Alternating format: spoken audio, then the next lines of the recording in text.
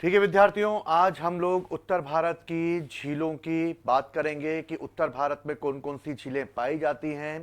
ठीक, तो ये वाली क्लास जो है वो उत्तर भारत की झीलों से रिलेटेड है। देखिए, उत्तर भारत की अगर हम झीलों की बात करें तो झीलें पहले किस तरह से बन सकती हैं उस पर हम बात करते हैं। भारत में अधिकांशतः झीलें या तो हिमानी के द्वारा निर्मित हैं, हिमानी यानी कि ये बर्फ के पिघलने से बनी हैं। दूसरी विवर्तनिकी झीलें हैं जो प्लेट टेक्टोनिक क्रियाओं के द्वारा बनी हुई हैं। इसके अलावा वायु के द्वारा, वायु के ऊपर से उड़ाने की वजह से वायु को या क्रस्ट के ऊपर वाले भाग में जब वायु को उसके सरफेस से उड़ा दिया जाता है, वहां गड्ढा बन जाता है, तो वहां पे झीलों का निर्माण हो जाता है। उल्कापिंड के गिरने से बन सकती हैं झीलें। मानव के द्वारा बड़े बड़े बांधों को बनाने के बाद झीलें बन सकती हैं। लेगून झील समुद्र के पानी के अंदर घुसने से, जिसको हिंदी में अनूप कहते हैं, और केरल में पाए जाने की वजह से केरल में जो झीलें पाई जाती हैं जब समुद्र का पानी अंदर घुस जाता है तो उसको कयाल कहते हैं। ठीक, तो इसके बाद जो हम झीलों की बात करेंगे उन झीलों में अलग अलग स्टेट वाइज बात करेंगे। जैसे अगर हम बात करें तो सबसे पहले जम्मू एंड कश्मीर में वुलर लेक है। वुलर लेक भारत की सबसे बड़ी मीठे पानी की लेक है और इसी में झेलम नदी का पानी गिरता है और झेलम नदी पर ही बनी हुई है वुलर लेक। वुलर लेक का आकार गाय के खुर की तरह है, इसलिए इसको गोखुर झील कहते हैं। ये प्लेट टेक्टोनिक क्रिया के द्वारा बनी हुई है, यानी प्लेटों के टकराने से एक दरार पैदा हुई जिससे वुलर लेक का निर्माण हुआ है। दूसरी, श्रीनगर में अगर देखा जाए तो डल लेक है जो एक टूरिस्ट प्लेस के रूप में, एक पर्यटन स्थल के रूप में जाना जाता है। इसके अलावा अनंतनाग, बेरीनाग, अंचार लेक ये भी जम्मू कश्मीर में है। शेषनाग लेक जहां से झेलम नदी निकलती है ये भी जम्मू कश्मीर में है।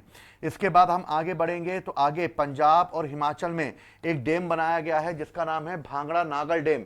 भांगड़ा नागल डैम के पीछे जो झील बनाई गई है उसका नाम है गोविंद सागर लेक। इसके बाद हरियाणा में सूरजकुंड लेक है। सूरजकुंड लेक जो है वह हरियाणा में स्थित है, एक बहुत बड़ा मेला भी लगता है यहाँ पर। हिमाचल प्रदेश में घेपन लेक है जो कि बर्फ से ढकी हुई रहती है। नाको लेक है और रेणुका लेक है। इसके अलावा उत्तराखंड में भीमताल, नैनीताल है। रूपकुंड एक झील है उत्तराखंड में जो एक रहस्यमयी झील के रूप में जानी जाती है और इसी में जो है मानव कंकाल पाए जाते हैं, इसलिए इसे कंकाली लेक भी कहा जाता है। इसके अलावा तिब्बत में मानसरोवर लेक और राकसताल झीलें हैं। मानसरोवर झील के पास से ही सिंधु और ब्रह्मपुत्र नदी निकलती है। राकसताल से ही जो है सतलज नदी का उद्गम होता है। इसके अलावा सिक्किम में गुरु डोंगमार लेक है। गुरु डोंगमार लेक और चोलामू लेक है। चोलामू लेक से जो है वो तिस्ता नदी निकलती है और गुरु डोंगमार लेक भी जो है वो सिक्किम में स्थित है। भारत की सबसे ऊंचाई पर स्थित लेक जो है वो चोलामू लेक है। इसके बाद मेघालय में उमियम झील है। असम में चपनाला लेक है और लोकटक झील जो है वो मणिपुर में स्थित है। लोकटक झील की अगर हम बात करते हैं तो लोकटक झील जो है वो बहुत ही इंपॉर्टेंट है क्योंकि इसी पर एक तैरता हुआ नेशनल पार्क पाया जाता है जिसको हम केबुल लामजाओ कहते हैं। इसकी बायोडाइवर्सिटी की वजह से इसे मणिपुर की जीवन रेखा भी कहा जाता है। इसके बाद यूपी में बेला सागर लेक है, फुलह लेक है।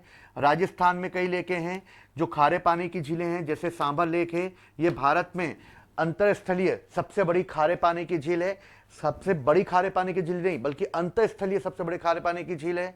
डिडवाना लेक है, लुकनसर लेक है, ये सब खारे पानी की झील हैं। मीठे पानी की झीलों की बात करें तो उदय सागर है, फतेह सागर है, जयसमंद है, राजसमंद है, पिछोला लेक है उदयपुर में। नक्की लेक राजस्थान की सबसे ऊंचाई पर स्थित लेक है। पुष्कर लेक है जो कि अजमेर में स्थित है।